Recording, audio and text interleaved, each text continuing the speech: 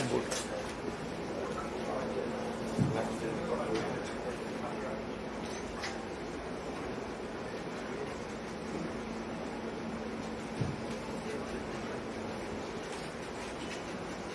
നമുക്ക് ആരംഭിക്കാം അല്ലേ? ആലപ്പുഴ നമ്മുടെ കേരളത്തിൽ തന്നെ വലിയ പ്രത്യേകതകളുള്ള ഒരു പ്രദേശമാണ്. രാഷ്ട്രീയമായി പുന്നപ്ര വയലാറിൻ്റെ മണ്ണാണിത്. അതോടൊപ്പം ഭൂപ്രദേശം എന്ന നിലക്ക് നേരിടുന്ന കുറേ പ്രശ്നങ്ങളുണ്ട്. അതിലൊന്ന് കടലാക്രമണത്തിൻ്റെതാണ്. കാലവർഷം കനക്കുമ്പോഴുള്ള വെള്ളപ്പൊക്കത്തിൻ്റെതാണ്. ഇതെല്ലാം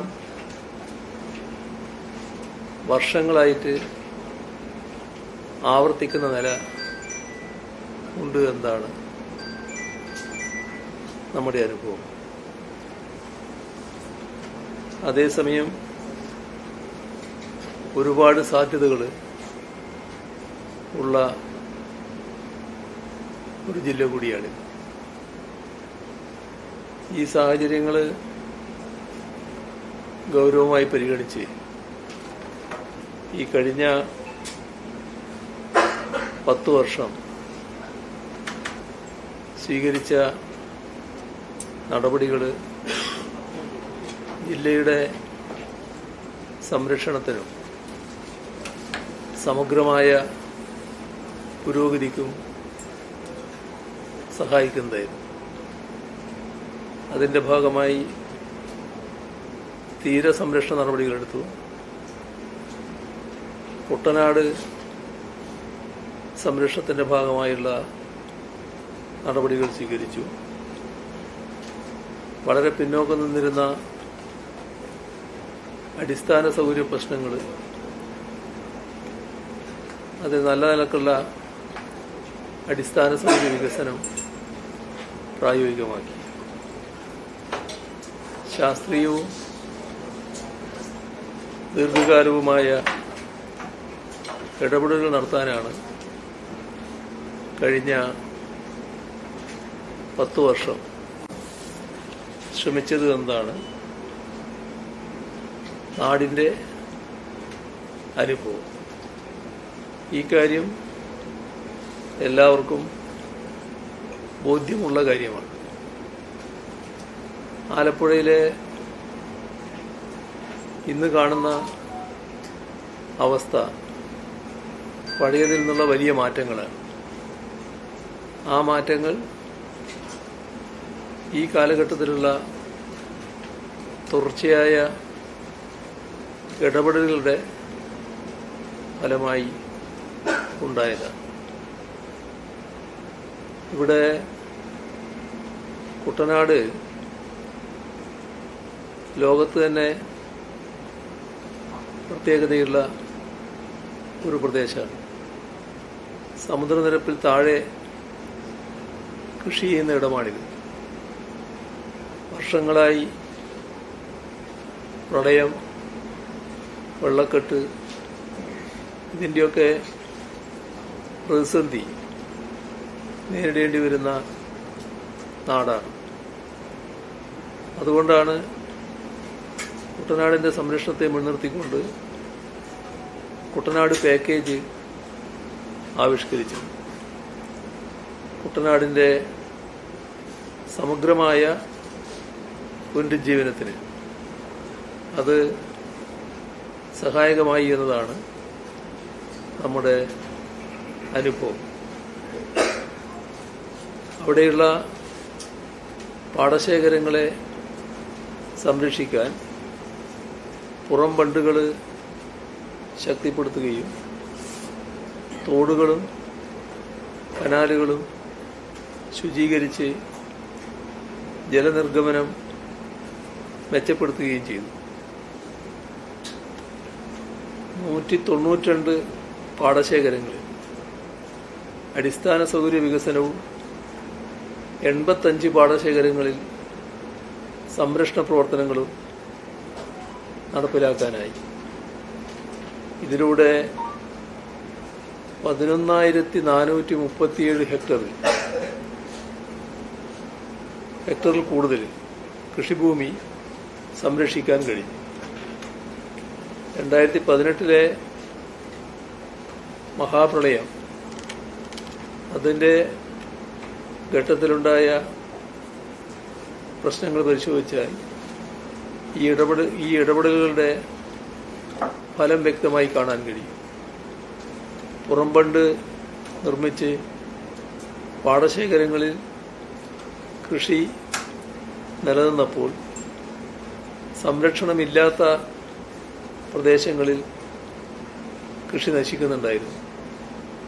രണ്ടാം ഘട്ട പാക്കേജിന്റെ ഭാഗമായി 2,447 കോടി രൂപയുടെ സമഗ്ര പദ്ധതി തയ്യാറാക്കി. 2019 മുതൽ 2025 വരെ ഏകദേശം 298 കോടി രൂപ ചെലവഴിച്ചു. 318 പ്രവൃത്തികളിൽ 185 എണ്ണം പൂർത്തീകരിക്കാനായി. ഇതിൽ നബാർഡ് അടക്കമുള്ള ഏജൻസികളുടെ വിവിധ പദ്ധതികളിലൂടെ അധിക ധനസഹായവും ഉറപ്പാക്കാൻ കഴിയും. 16,000 ഹെക്ടറിൽ കൂടുതൽ പ്രദേശങ്ങളിൽ വെള്ളപ്പൊക്ക നിയന്ത്രണ പ്രവർത്തനങ്ങൾ നടപ്പിലാക്കി. ഇതിന്റെ ഭാഗമായി 280 കിലോമീറ്റർ തോടുകൾ ശുചീകരിച്ചു. തണ്ണീർമുക്കം ബാരേജ്, തോട്ടപ്പള്ളി സ്പിൽവേ ഇവയെല്ലാം നവീകരിക്കാനായി. AC കനാൽ നവീകരണവും റൂം ഫോർ റിവർ പദ്ധതിയും ജലനിർഗമന ശേഷി വർദ്ധിപ്പിക്കുന്നതിന് വലിയ തോതിൽ ഉതകി. ഇത് നല്ല നിലക്ക് ആ നടപടികൾ പുരോഗമിക്കുകയാണ്. ഇത്തരം ഇടപെടലുകളുടെ ഫലമായി വെള്ളക്കെട്ട് ഗണ്യമായി കുറക്കാനായി. പ്രളയത്തിൻ്റെ ആഘാതം നല്ല നിലയിൽ നിയന്ത്രണ വിധേയമാക്കാനും കഴിഞ്ഞു. ബാക്കിയുള്ള 746 പാടശേഖരങ്ങളിൽ സംരക്ഷണ പ്രവർത്തനങ്ങൾ പൂർത്തിയാക്കാൻ ഏകദേശം 1,398 കോടി രൂപയാണ് കണക്കാക്കുന്നത്.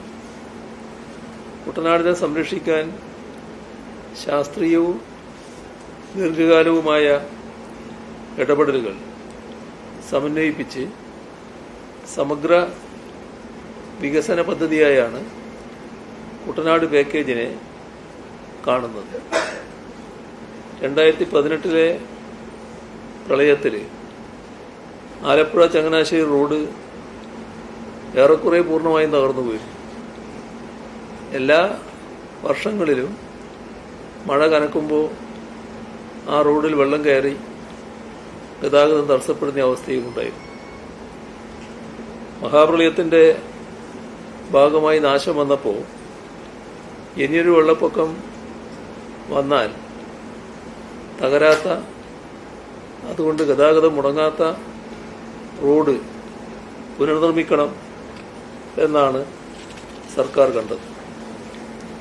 അത്തരം ഒരു ലക്ഷ്യത്തോടെയാണ് ചങ്ങനാശ്ശേരി പെരുന്നാ ജംഗ്ഷനിൽ നിന്ന് കളർക്കോട് ജംഗ്ഷൻ വരെയുള്ള 24 കിലോമീറ്ററിലധികം ദൂരത്തിലുള്ള പാത ഇപ്പോൾ പുനർനിർമ്മിച്ചത്.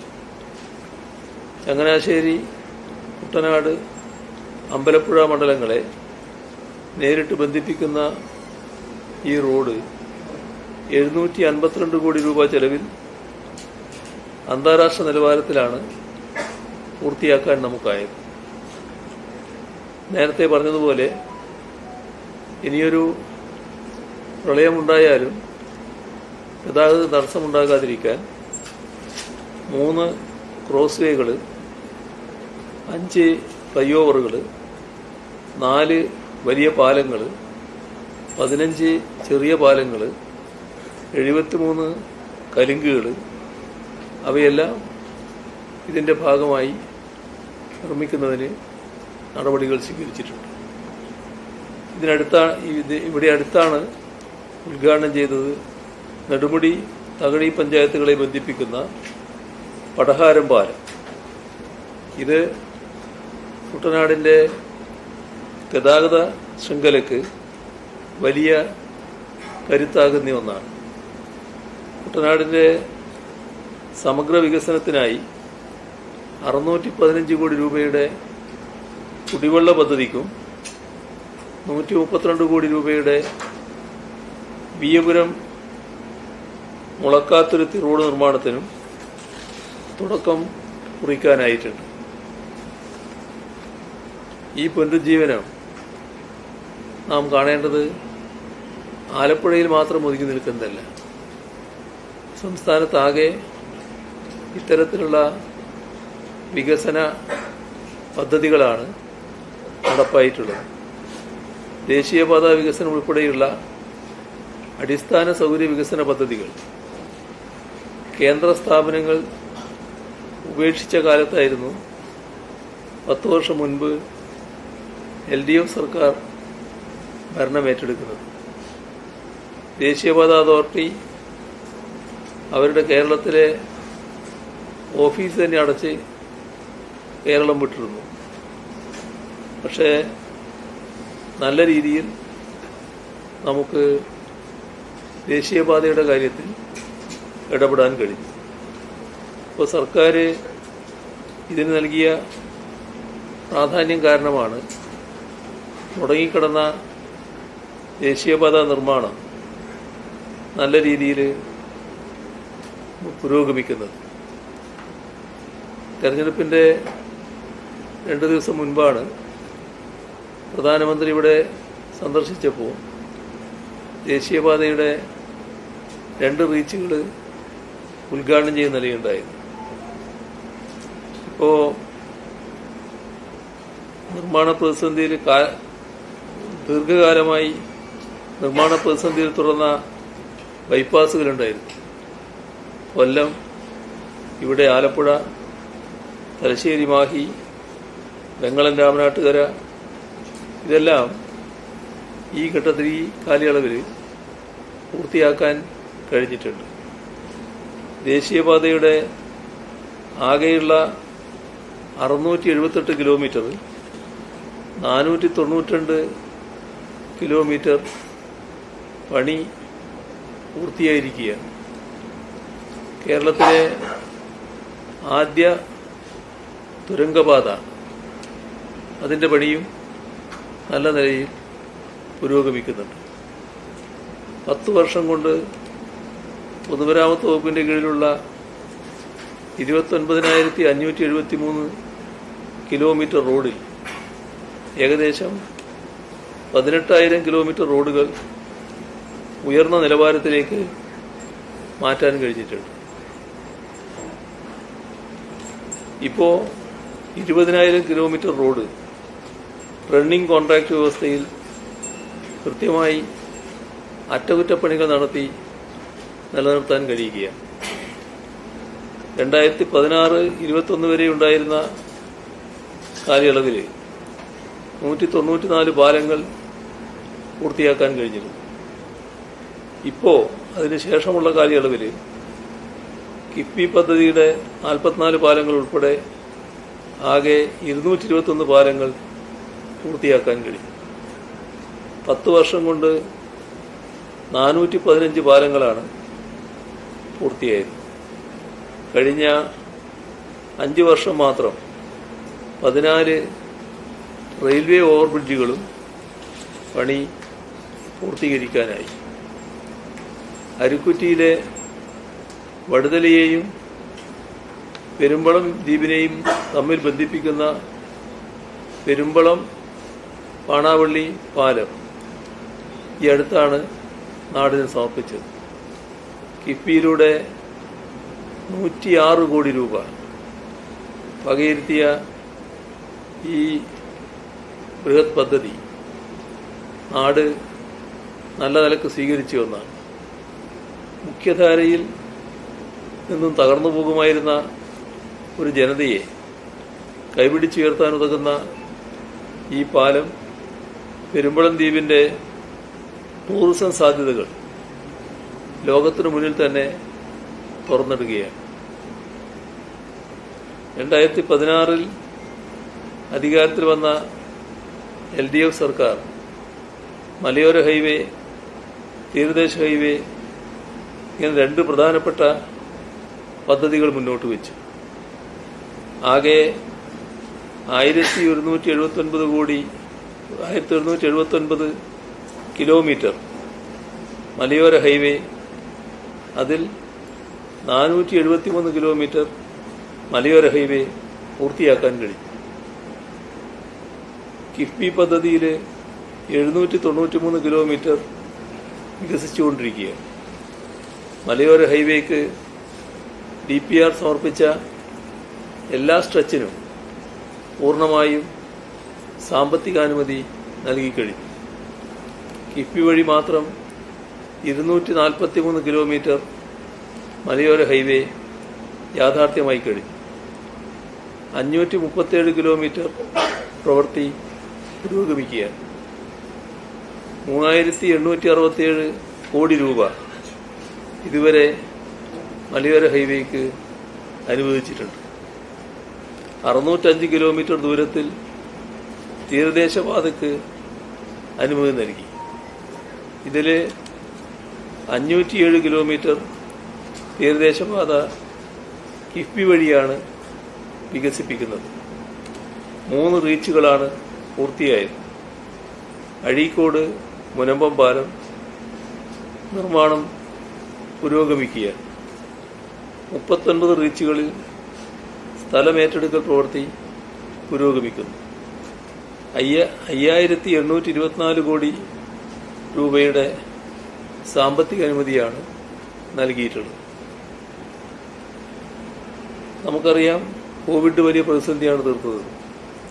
ആ പ്രതിസന്ധി മറികടന്ന് സഞ്ചാരികളുടെ എണ്ണത്തിലും വരുമാനത്തിലും സർവകാല റെക്കോർഡിലാണ് നാം എത്തിയിരിക്കുന്നത്.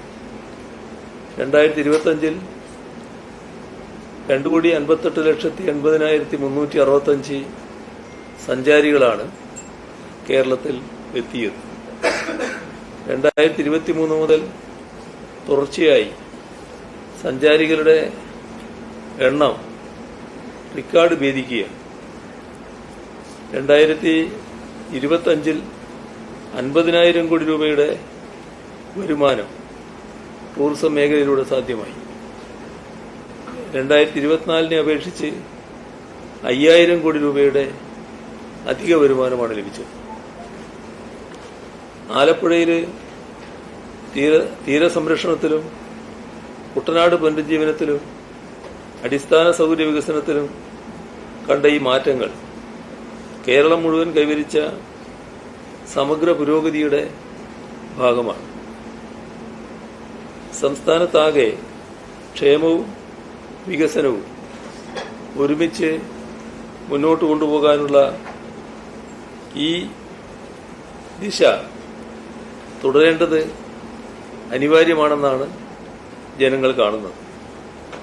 ഈ നേട്ടങ്ങൾ നിലനിർത്താനും കൂടുതൽ ശക്തിപ്പെടുത്താനും ആലപ്പുഴയിലും കേരളത്തിലാകെയും LDF കൂടുതൽ കരുത്തോടെ വിജയിക്കേണ്ടത് കാലത്തിന്റെ ആവശ്യമാണ് എന്നും ജനങ്ങൾ തിരിച്ചറിയുന്നുണ്ട്. ഇതോടൊപ്പം പറഞ്ഞതാണെങ്കിലും ഒരു കാര്യം കൂടി പറയേണ്ടതുണ്ട് എന്നാണ് തോന്നുന്നത്. അത് FCRA നിയമ ഭേദഗതിയാണ്. തിടുക്കപ്പെട്ടാണ് പാർലമെന്റിലൂടെ ഇത് കൊണ്ടുവരാനുള്ള ശ്രമം കേന്ദ്ര സർക്കാർ നടത്തുന്നത്. ഗൗരവമായ ആശങ്കകൾ നമ്മുടെ രാജ്യത്താകെ ഉയർന്നു വന്നിരിക്കുകയാണ്. സാമൂഹിക സേവന മേഖലയിൽ പ്രവർത്തിക്കുന്ന നിരവധി സംഘടനകളുണ്ട്. ആ സംഘടനകളുടെ പ്രവർത്തന സ്വാതന്ത്ര്യത്തെ അതോടൊപ്പം തന്നെ പാവപ്പെട്ടവർക്കും പിന്നോക്ക വിഭാഗക്കാർക്കും ലഭിക്കുന്ന സഹായങ്ങളെയെല്ലാം ഇത് വലിയ തോതിൽ പ്രതികൂലമായി ബാധിക്കുമെന്ന ആശങ്കയാണ് ഉയർന്നു വന്നിട്ടുള്ളത്. വിദ്യാഭ്യാസം, ആരോഗ്യം, ദുരിതാശ്വാസം തുടങ്ങിയ മേഖലകളിൽ പ്രവർത്തിക്കുന്ന സേവന സംഘടനകളുണ്ട് നമ്മുടെ രാജ്യത്ത്. സമൂഹത്തിലെ ഏറ്റവും നിസ്സഹായരായ ജനങ്ങൾക്ക് നൽകുന്ന സഹായവും പരിചരണവും ഇതെല്ലാം തടയുന്ന രീതിയിലാണ് ഈ ഭേദഗതി നീങ്ങുന്നത് എന്ന ആശങ്കയാണ് വലിയ തോതിൽ ഉയർന്നു വന്നിട്ടുള്ളത്. ആ ആശങ്ക എല്ലാവരും പങ്കുവെക്കുകയാണ്, സർക്കാരും അത് പങ്കുവെക്കുക തന്നെയാണ്. ന്യൂനപക്ഷ വിഭാഗങ്ങൾക്ക് ഇത് വലിയ ആഘാതമായിട്ടാണ് മാറുന്നത്. സാമൂഹ്യ പ്രവർത്തനങ്ങളെ നിയന്ത്രിക്കുക, വിമർശന സ്വരങ്ങളെ അടിച്ചമർത്തുക, അത്തരമൊരു രാഷ്ട്രീയ അജണ്ടയുടെ ഭാഗമായാണ് ഈ നീക്കമെന്നത് തിരിച്ചറിയേണ്ടതുണ്ട്. ജനാധിപത്യത്തിന്റെ ആത്മാവിനും സാമൂഹ്യ നീതിക്കും വിരുദ്ധമായ ഈ ഭേദഗതി അടിയന്തരമായി കേന്ദ്ര സർക്കാർ പിൻവലിക്കണമെന്ന് ശക്തമായി ആവശ്യപ്പെടുകയാണ്. ഇതാണ് ആമുഖമായി പറയാനുള്ളത്.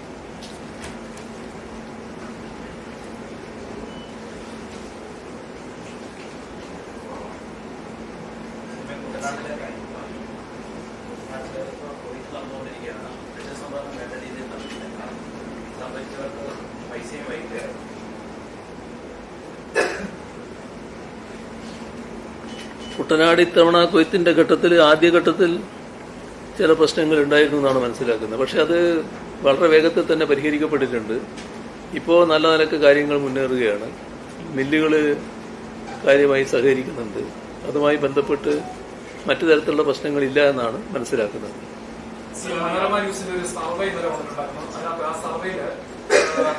UDF മുന്നേറ്റമാണ് പ്രവചിക്കുന്നത്. ഒപ്പം തന്നെ LDF കുറെ സീറ്റുകൾ നഷ്ടമാവുന്നു, ഭരണവിരുദ്ധ വികാരമുണ്ട് എന്നൊക്കെയുള്ള ഒരു കണ്ടെത്തൽ സർവേക്കകത്തുണ്ട്. അത് സ്വാഭാവികമല്ലേ. അത് ഏതെങ്കിലും ഘട്ടത്തിൽ തെരഞ്ഞെടുപ്പിന്റെ മുൻപ് LDF ജയിക്കാൻ പോകുന്നെന്ന് പറഞ്ഞിട്ടുണ്ടോ ഇത്തരം സർവേയിൽ? കഴിഞ്ഞ സർവേയുടെ ഫലം എന്തായിരുന്നു? എത്രയായിരുന്നു അന്ന് UDF സീറ്റ് പറഞ്ഞത്? പിന്നെ കിട്ടിയ സീറ്റ് എത്രയാണ്? ആ സർവേയിൽ LDF എത്ര പിറകിലായിരുന്നു കഴിഞ്ഞതാണ്? കഴിഞ്ഞ 2021 ഞാൻ പറയുന്നത്.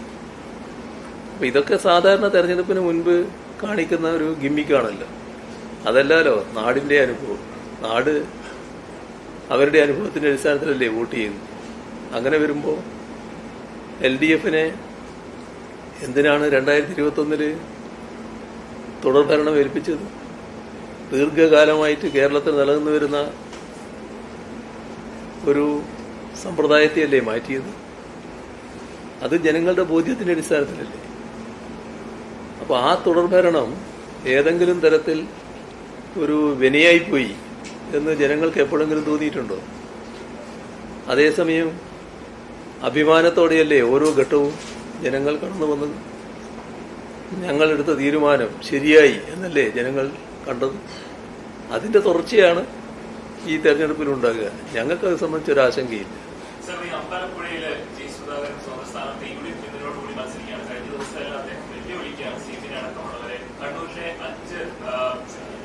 സുരക്ഷിതമായിട്ടുള്ള ഇടങ്ങളിൽ മാത്രമേ CM അടക്കമുള്ളവർ മത്സരിക്കുകയുള്ളൂ. ധൈര്യമുണ്ടെങ്കിൽ അമ്പലപ്പുഴയിൽ വന്ന് മത്സരിക്കാനാണ് വെല്ലുവിളി. അത് ഇതുവരെ അങ്ങനെ അദ്ദേഹം പറഞ്ഞിരുന്നില്ല. ഇങ്ങോട്ട് വരണമെന്ന് ഞങ്ങളെ കൂട്ടത്തിലായിരുന്നല്ലോ അദ്ദേഹം നേരത്തെ ഉണ്ടായിരുന്നു. അതിന്റെ ഭാഗമായി ഏതെങ്കിലും ഘട്ടത്തിൽ നിങ്ങൾ കണ്ണൂരിൽ മത്സരിക്കേണ്ട ഇങ്ങോട്ട് വന്നോളൂ എന്ന് പറഞ്ഞിട്ടില്ല. ഇവിടുന്ന് മത്സരിച്ച നിലയിൽ ഞങ്ങൾ നല്ല നിലയ്ക്ക് തന്നെ കഴിഞ്ഞ തവണയൊക്കെ ജയിച്ചു വരുന്നത് കണ്ടല്ലോ. നല്ല മാറ്റങ്ങളല്ലേ ഉണ്ടായിട്ടുള്ളൂ. കാലം മാറുന്നതിനനുസരിച്ച് നാട് നല്ല മാറ്റങ്ങൾ വരികയാണല്ലോ. പക്ഷേ ഈ പറഞ്ഞയാൾ ഇതിനേക്കാൾ അപ്പുറം ഇനി പറയും. കാരണം എത്തിപ്പെട്ട ക്യാമ്പ് അതാണ്. ആ ക്യാമ്പിൽ നിന്ന് നല്ല പിന്തുണ കിട്ടണമെങ്കിൽ ആ ക്യാമ്പിന്റെ ആളായി ഇന്ന് പൂർണ്ണമായിട്ട് വരുന്നുണ്ട്. ഞങ്ങളെ ഭാഗമായി വിദ്യാർത്ഥി ജീവിതം തൊട്ട് പ്രവർത്തിച്ചു വന്നയാളാണല്ലോ. അപ്പോൾ ആ ഘട്ടത്തിലൊക്കെ പ്രധാനമായി എതിർക്കേണ്ടി വന്നിട്ടുള്ളത് ഇവിടെ കോൺഗ്രസിനെയാണല്ലോ. ഇപ്പോൾ കോൺഗ്രസിന്റെ തൊപ്പിയാണല്ലോ എടുത്ത് തലയിലിട്ടത്. അപ്പോൾ അതിന്റെ ഭാഗമായി ആ കോൺഗ്രസിനെ നല്ല രീതിയിൽ തൃപ്തിപ്പെടുത്താൻ ഉള്ള വഴി ഞാൻ പഴയ ആളല്ല, പുതിയ ആളാണ്. അതിന്റെ ഭാഗമായി പഴയതിന്റെ ഭാഗമായതിനെല്ലാം തള്ളിപ്പറയണം. അതിനാണ് ഇത്തരത്തിലുള്ള വെല്ലുവിളികളൊക്കെ ഉയർത്തുന്നത്. അത് ആ നിലക്ക് വരുമെന്ന് നമ്മൾ കണ്ടോളണം. അതിൽ ഇനിയും കൂടുതൽ ജീർണതയിലേക്ക് അദ്ദേഹം പോയേക്കാമെന്നാണ് തോന്നുന്നത്.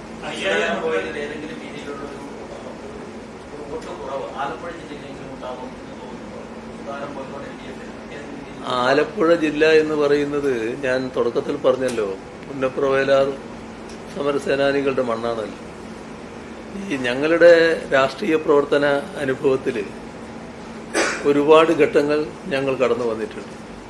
ആ ഘട്ടത്തിൽ വലിയ തോതിലുള്ള വ്യതിയാനങ്ങൾ ചിലർക്ക് സംഭവിച്ചിരുന്നു. ഇതുപോലുള്ളതല്ല, ഇതിന് വലിയ തോതിലുള്ള വ്യതിയാനങ്ങൾ സംഭവിച്ച ഘട്ടങ്ങൾ ഉണ്ടായിട്ടുണ്ട്. ആ ഘട്ടത്തിലൊക്കെ ആലപ്പുഴ ശക്തമായി ഉറച്ചു നിന്നൊരു ജില്ലയാണ്. ഇവിടുത്തെ ഒരു പ്രസ്ഥാനത്തിന്റെ കരുത്തതാണ്. അവരുടെ പാർട്ടി കൂറ് വളരെ വലുതാണ്. ഏതെങ്കിലും ഒരാളെ ചാരിയല്ല, പാർട്ടിയോടൊപ്പമാണ് ഇവിടുത്തെ പൊതുവിൽ പാർട്ടി സഖാക്കളും ജനങ്ങളും നിൽക്കുന്നത്. പാർട്ടി സഖാക്കളെക്കാളും ഉപരി ആവേശവും പ്രതിബദ്ധതയും കാണിക്കുന്നവരാണ് ഇവിടുത്തെ ജനങ്ങൾ. അവർക്ക് പാർട്ടി സഖാക്കളുടെ ദൈനംദിന ഉത്തരവാദിത്വം നിർവഹിക്കാൻ കഴിയുന്നില്ലായിരിക്കും. പക്ഷേ ഒരു പ്രതിസന്ധി ഉയർന്നു വരുന്ന ഘട്ടത്തിൽ തള്ളി വരുന്ന ജനങ്ങളെ അത്ഭുതാതരങ്ങളോട് ഈ നോക്കി കാണാൻ പറ്റും. അത്തരമൊരു ജില്ലയാണിത്. ഇവിടെ ഒരിടത്തും ഒരു വോട്ടും അവസരവാദികളുടെ നിലപാടിന്റെ ഭാഗമായി കുറയില്ല എന്നത് കണ്ടോളും. അദ്ദേഹത്തിന്റെ ഒരു പ്രസംഗത്തിൽ അദ്ദേഹം പറഞ്ഞത് 5000 BJP വോട്ട് ലഭിക്കും, അതോടൊപ്പം തന്നെ 15000 CPM വോട്ട് ലഭിക്കും, അങ്ങനെ താൻ 40000 വോട്ടിന്റെ ഭൂരിപക്ഷത്തിന് ജയിക്കും എന്നാണ് ജി സുധാകരൻ പ്രസംഗത്തിൽ പറഞ്ഞത്. ഒപ്പം തന്നെ മറ്റൊരു കാര്യം കൂടെ പറഞ്ഞു, മുഖ്യമന്ത്രി അദ്ദേഹത്തെ ചെറുത്തരം എന്നൊരു പ്രയോഗത്തിൽ നടത്തിയത് അത് അദ്ദേഹത്തെ ആക്രമിക്കാനുള്ള ഒരു ആഹ്വാനമാണ് എന്നുകൂടി അദ്ദേഹം പറയുകയുണ്ടായി. മുഖ്യമന്ത്രിയുടെ ബഹുമാനമാണ് കൊണ്ട് കൂടുതലൊന്നും പറയില്ലാന്ന് പറഞ്ഞു. ഇവിടെ ഇപ്പൊ ആദ്യം എന്താ പറഞ്ഞത്? ആദ്യം 5000 വോട്ട് BJP ഇതില് ഈ കോൺഗ്രസ് അദ്ദേഹത്തെ സ്വീകരിച്ചതിൽ ഉള്ള ദയനീയതയുണ്ടല്ലോ, അത് വേറൊരു ഭാഗമാണ്. ഈ ഒരു സുപ്രഭാതത്തിലായിരിക്കില്ലല്ലോ ഇത് നടന്നത്. ഇതിന്റെ ഭാഗമായുള്ള ആലോചനകൾ നേരത്തെ നടക്കുന്നുണ്ടാവുമല്ലോ. കോൺഗ്രസിന്റെ ചില നേതാക്കളും ഇദ്ദേഹവുമായൊക്കെ ബന്ധപ്പെട്ട് ചില ആലോചനകൾ നേരത്തെ നടന്നിട്ടുണ്ടാവുമല്ലോ. ആ ആലോചനയിൽ കോൺഗ്രസിനെ തൃപ്തിപ്പെടുത്തിയ ഒരു കണക്കായിരിക്കും ഇത്. ഒരു CPIM-നെ കുറിച്ച് പറഞ്ഞതാണ് ഞാൻ പറയുന്നത്. താൻ CPIM-ൽ നിന്ന് മാറി സ്ഥാനാർത്ഥിയായാൽ 10000 അല്ലേ, 15000 15000 വോട്ട് CPIM-ൽ നിന്ന് ഇങ്ങനെ അടർന്ന് ഇങ്ങോട്ട് തന്നോടൊപ്പം വരും. ഇതായിരിക്കും ആലോചന നടത്തുമ്പോൾ പറഞ്ഞ ഒരു കാര്യം. അത് കോൺഗ്രസിനും കുറച്ച് നല്ല ഇഷ്ടമായിട്ട് തോന്നിയിട്ടുണ്ടാകും. കാരണം CPIM-ന്റെ കൂടെയുള്ള 15000 ആളുകൾ കുറയാന്ന് പറഞ്ഞാൽ CPIM നല്ലതുപോലെ ദുർബലപ്പെടുമെന്നാണല്ലോ അർത്ഥം. അപ്പൊ അതിനെ അവർ നല്ല നിലക്ക് കണ്ടിട്ടുണ്ടാവും. പക്ഷേ അതിന്റെ മറ്റൊരു ഭാഗം കൂടി നമ്മൾ കാണണ്ടേ? അതല്ലേ മറ്റേ 10000ന്റെ കണക്ക്. 10000 അല്ലേ 5000. BJP-യുടെ വോട്ട് 5000 കിട്ടുമെന്ന് പറഞ്ഞത്. അത് ഒരു സ്ഥാനാർത്ഥി ആദ്യമായിട്ട് പറയല്ലേ. ഇങ്ങനെയൊക്കെയാണ് എനിക്ക് കിട്ടാൻ പോകുന്ന വോട്ട്. അപ്പോൾ BJPയുടെ കൂടി സ്ഥാനാർത്ഥിയായിട്ടാണല്ലോ അദ്ദേഹം മാറുന്നത്. കോൺഗ്രസിൻ്റെയും BJPയുടെയും വോട്ടുകളെ ആശ്രയിച്ച് ജയിക്കാൻ പറ്റും എന്നാണല്ലോ കണക്കൂട്ടൽ. ഈ ആലോചന നേരത്തെ നടന്നിട്ടുണ്ടാവുമല്ലോ. ആ ആലോചനകൾ BJPക്കാരുമായിട്ട് നടത്തിയിട്ടുണ്ടാവുമല്ലോ. ഇനി BJPക്ക് നൽകിയിട്ടുള്ള ഓഫറുകൾ എന്തൊക്കെയാണെന്ന് പറയാൻ പറ്റില്ലല്ലോ. ഇപ്പോൾ അദ്ദേഹം വന്നത് കോൺഗ്രസിന്റെ സ്ഥാനാർത്ഥിയായിട്ടാണ് എന്ന മട്ടിലാണ്. പക്ഷേ ഇത്തരത്തിലൊരു നിലയെടുത്ത് വോട്ട് BJPയിൽ നിന്ന് കൂടി വാങ്ങാൻ സ്വതന്ത്ര വേഷമാണ് നല്ലത് എന്ന് കോൺഗ്രസിന്റെ അഭിപ്രായമാണോ ഇദ്ദേഹത്തിന്റെ അഭിപ്രായമാണോ? ഏതായാലും രണ്ടു കൂട്ടരും കൂടി കണ്ടൊരു അഭിപ്രായമാണല്ലോ അത്. അപ്പോൾ BJP കൂടി ചേർന്നുകൊണ്ടുള്ള ഒരു സ്ഥാനാർത്ഥിയെ നിർത്തി അമ്പലപ്പുഴയിൽ CPIMനെ പരാജയപ്പെടുത്താൻ കഴിയുമോ എന്നാണല്ലോ നോക്കുന്നത്. അമ്പലപ്പുഴ ഇപ്പോൾ കുറച്ച് ദീർഘകാലമായിട്ട് തന്നെ LDF ജയിച്ചു വരുന്നൊരു മണ്ഡലമാണല്ലോ. ഇവിടെ LDFനെ പരാജയപ്പെടുത്താൻ BJPയുടെ കൂടി സഹായം സ്വീകരിക്കുക എന്നാണ് കണ്ടിട്ടുള്ളത്. എന്തൊരു ഗതികേടാണ് എന്ന് നോക്കണം. കോൺഗ്രസും UDFും കാണിച്ച ഗതികേട് അത് അങ്ങേയറ്റം പാപ്പരായ ഒന്നാണ്. ഇതിൽ പരം ഗതികേട് വരാനില്ല ഒരു പാർട്ടിക്കും മുന്നണിക്കും. അതിൻ്റെ കൂടെ ഇത്തരമൊരു ആളെ സ്വീകരിച്ച് ഞങ്ങളെ തകർക്കാമെന്നാണ് വ്യാമോഹമെങ്കിൽ അത് കഴിയുന്നതല്ല. അമ്പലപ്പുഴ ഈ കഴിഞ്ഞ കാലത്ത് LDFനോടൊപ്പമാണ് നിന്നിട്ടുള്ളത്. ഇത്തവണയും നല്ല നിലയിൽ തന്നെ LDFനോടൊപ്പം അമ്പലപ്പുഴ നിൽക്കുമെന്നതിൽ സംശയമില്ല. നല്ല നിലക്ക് അമ്പലപ്പുഴയിൽ സ്ഥാനാർത്ഥിയായിട്ടുള്ള സലാം ജയിച്ചു വരിക തന്നെ ചെയ്യും. മത്സരിക്കുമ്പോഴും BJPയോട് LDFന്റെ ഭാഗമായി മത്സരിക്കുമ്പോഴും അദ്ദേഹത്തിന് BJP വോട്ട് കിട്ടിയിട്ടുണ്ടായിരുന്നു. കാര്യമായ CPM വോട്ടുകളൊന്നും മണ്ഡലത്തിൽ ഇല്ല എന്നുകൂടി അദ്ദേഹം പറഞ്ഞിട്ടുണ്ട്. അതല്ലേ ഇപ്പൊ പറയുന്നതല്ലേ. ഇപ്പൊ അതല്ല, അദ്ദേഹം ഇതിനേക്കാളും അധികം അദ്ദേഹം പറയാൻ നിർബന്ധിതനാവും.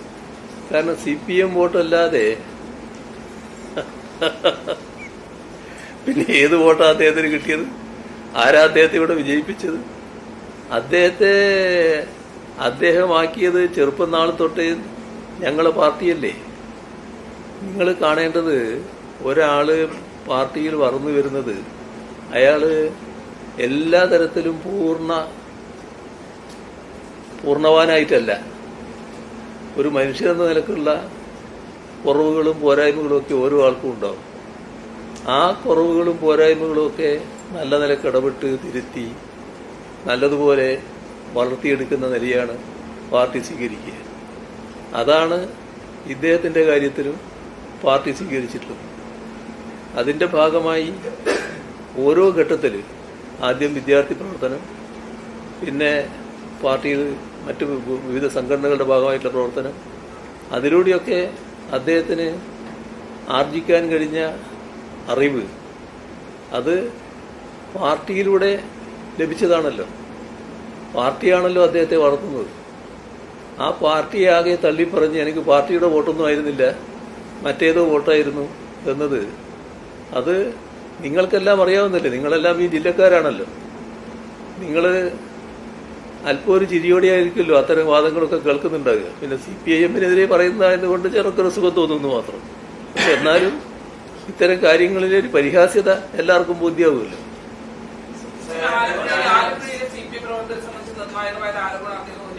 അതായത് കൃഷ്ണപിള്ള സ്മാരകം തകർത്ത സമയത്ത് പാർട്ടിയുടെ ജില്ലാ നേതൃത്വം ആ വിഷയം അന്വേഷിക്കണമെന്ന് ആവശ്യപ്പെട്ടിട്ടും സംസ്ഥാന നേതൃത്വം ഇടപെട്ട് അതിനെ തടഞ്ഞു എന്നുള്ളതാണ്. അതിൽ സജി ചെറിയാനെ സംശയങ്ങളെയും നിർത്തിക്കൊണ്ടുള്ള ആരോപണമാണ് അദ്ദേഹം ഉന്നയിക്കുന്നത്. ഞാൻ പറഞ്ഞില്ലേ, അദ്ദേഹം അതിനേക്കാളും അപ്പുറവും പറയും. അദ്ദേഹത്തിന്റെ പ്രശ്നം എന്താന്ന് പറഞ്ഞാൽ ഈ തന്റെ ഭൂതകാലം അദ്ദേഹത്തിന് നിഷേധിക്കണം. അപ്പോൾ ഭൂതകാലത്തെ ഏതെല്ലാം തരത്തിൽ ഇപ്പൊ ചേർന്നവർക്ക് അനുകൂലമാക്കി മാറ്റാൻ കഴിയോ അതിനു വേണ്ടിയുള്ള ശ്രമം അദ്ദേഹം നടത്തും. അതിന് CPIMനെയും CPIMന്റെ പ്രധാനികളെയും നല്ല നിലക്ക് ആക്രമിക്കാൻ അദ്ദേഹം തുനിയും. അതിന്റെ ഭാഗമാണ്. ഇവിടെ സജി ചെറിയാൻ എന്ന് പറയുന്നത് നമ്മുടെ ഈ ജില്ലയിലെ നല്ല നിലക്ക് വളർന്നു വന്ന ഒരു പാർട്ടി നേതാവാണല്ലോ. പക്ഷേ ആ സഖാവിനോട് അദ്ദേഹത്തിന് എത്രമാത്രം വൈമുഖ്യമുണ്ടായി എന്താണല്ലോ ഈ പ്രസ്താവനയിലൂടെ കാണുന്നത്. അങ്ങനെ ഒരു നില എടുത്തു പോകേണ്ട കാര്യമുണ്ടോ? ഒരാളെ വ്യക്തിപരമായി വളർന്നു വരുന്നത് മറ്റാരും ഇവിടെ വളരണ്ട എന്നൊരു നിലപാട് അങ്ങനെ സ്വീകരിച്ചു പോകേണ്ട കാര്യമുണ്ടോ? അതുകൂടിയില്ലേ അതിന്റെ പിന്നിൽ? അങ്ങനെയൊക്കെയാണോ കാണേണ്ടത് കാര്യങ്ങൾ? പക്ഷെ പാർട്ടി തലത്തിലുള്ള അന്വേഷണം ഭുവനേശ്വരന്റെ ഓർമ്മകൾ നിലനിൽക്കുന്ന ഒരു മണ്ണായിരുന്നു. അപ്പോൾ ആ ഭുവനേശ്വരന്റെ പോരാട്ട സ്മരണകൾ പാർട്ടിയെ ഈ ഘട്ടത്തിൽ തുണയ്ക്കുന്നത് തന്നെയല്ലേ? ഭുവനേശ്വരൻ നമ്മുടെ അനശ്വരനായ ഒരു രക്തസാക്ഷിയാണ്. ആ രക്തസാക്ഷിത്വത്തിന്റെ സ്മരണ അതിന്റെ നിലയിൽ നിന്ന് അറുത്തിമാറ്റി ഇപ്പൊ ചെന്നുപെട്ട ക്യാമ്പിനെ ന്യായീകരിക്കത്തക്ക രീതിയിലാണ് അദ്ദേഹം ഒരു പ്രസ്താവന അതുമായി ബന്ധപ്പെട്ട് നടത്തിയത്. അതുതന്നെ അതൊക്കെയാണ് ഞാൻ പറഞ്ഞത്. അദ്ദേഹം ചെന്നുപെട്ട ക്യാമ്പിനെ നല്ല നിലക്ക് പിന്താങ്ങുന്നതിന് വേണ്ടി അവരുടെ മുന്നിൽ ഇദ്ദേഹം ഒരു യോഗ്യനാണെന്ന് കാണിക്കാൻ വേണ്ടി ഏതിനെയും തള്ളിപ്പറയാൻ അദ്ദേഹം തയ്യാറാവും. ഭുവനേശ്വരന്റെ സ്മരണ നല്ല നിലക്ക് നിലനിൽക്കുകയാണ്. അത്തരം രക്തസാക്ഷികളുടെ സ്മരണ മുൻനിർത്തി തന്നെയാണ് പാർട്ടി മുന്നോട്ട് പോയിക്കൊണ്ടിരിക്കുന്നത്. അതിനോട് നീതി ചെയ്യുന്ന തീരുമാനങ്ങൾ തന്നെയാണ് പൊതുവിലുണ്ടാകാൻ പോകുന്നത്.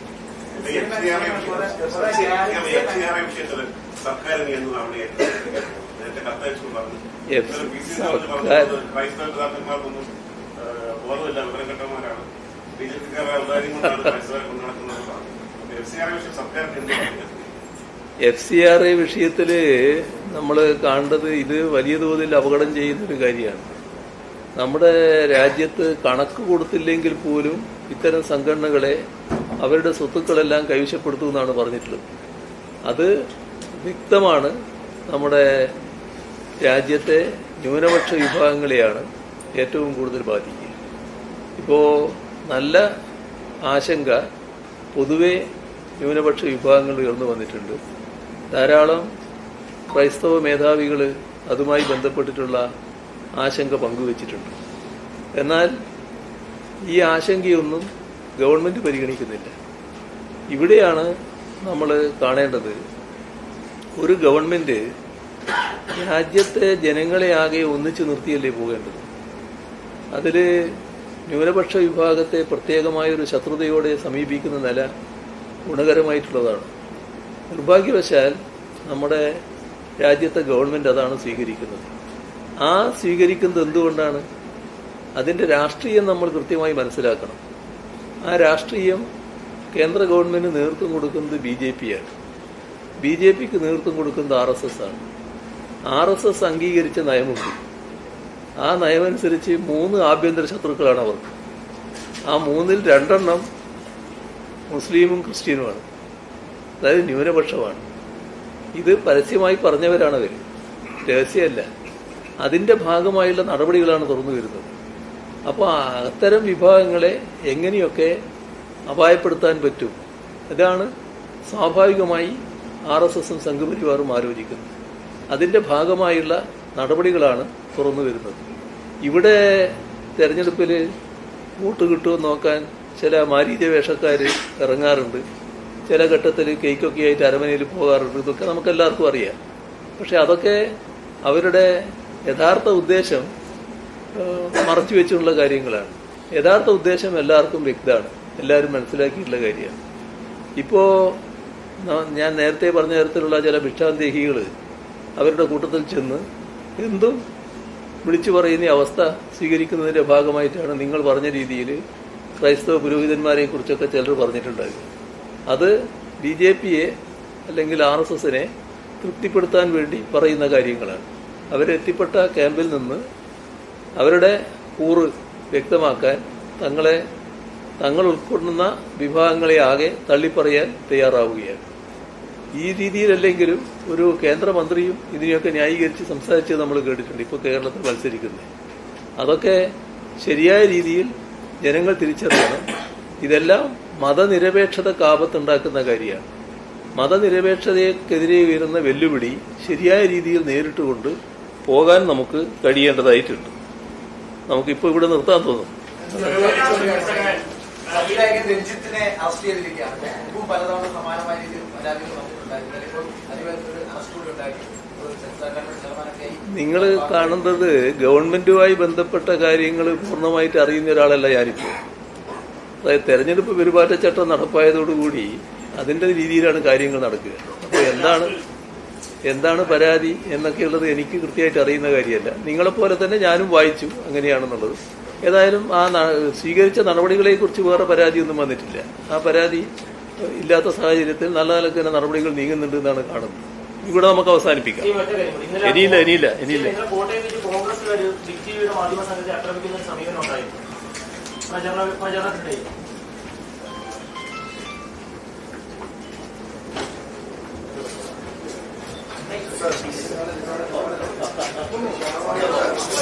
ചേട്ടാ